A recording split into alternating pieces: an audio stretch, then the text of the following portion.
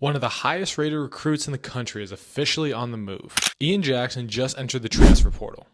He's a former 5-star recruit, McDonald's All-American, and a player who was once ranked the number 2 prospect in his class. But what went wrong at North Carolina for him, and what caused him to want to hit the portal? There's definitely more to break down than what's on the surface. Let's get into it. Jackson came into college as a 5-star prospect, originally committed to North Carolina, and just finished his freshman year there. He was part of their 2024 class, known for his explosive athleticism and natural scoring ability. The hype around him was real, but with a crowded backcourt, inconsistent playing time, and a system that, honestly, I don't think maximized his strengths, Jackson decided it was time for a fresh start. I remember watching this guy when he was still in high school, and he's a straight highlight reel. He's 6'5", crazy first step, and nearly impossible to stay in front of when he gets downhill. And in the open court is when he truly thrives. And he's one of those kids that when you watch play, he just plays the right way. And you can tell it comes from really good instincts, playing a lot of basketball growing up. Now, his game isn't perfect. Jackson's shot selection can be a little wild at times, sometimes settling for contested threes when he should be probably getting to the rim and using his athleticism. He's arguably the most athletic guy on the floor at all times. His off-ball defense and decision-making still needs a lot of work too. But that also comes with being a young player. He's a straight bucket and a playmaker right now though. Before we get into where he might end up, let's talk about Ian Jackson's story in North Carolina. I think it's a perfect example of a school forcing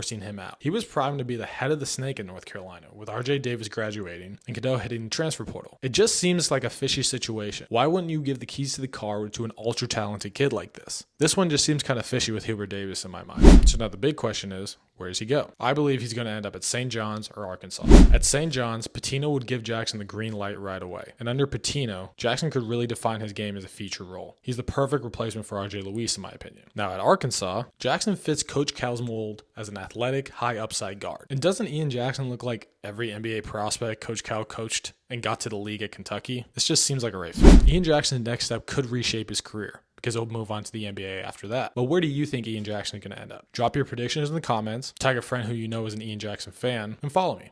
I post good sports content.